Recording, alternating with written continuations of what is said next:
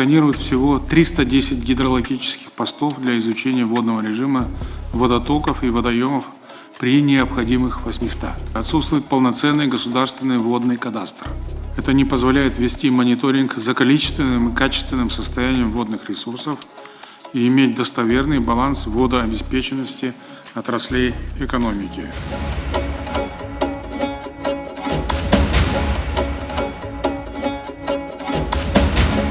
Биыл Қазақстан қарулы күштерінің құрылғанына 30 жыл толып отыр. Осы кезеңде әскеріміз айбынды армияға айналды. Қырағы жауынгерлеріміз ел шебін қас қақпай күзетіп тұр.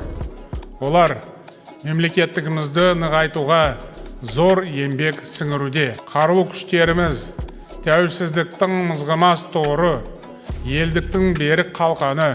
Ұлы дала ұландары қашанда ақ білектің күшімен, ақ найзаның ұшымен атамекенін қорғай білген.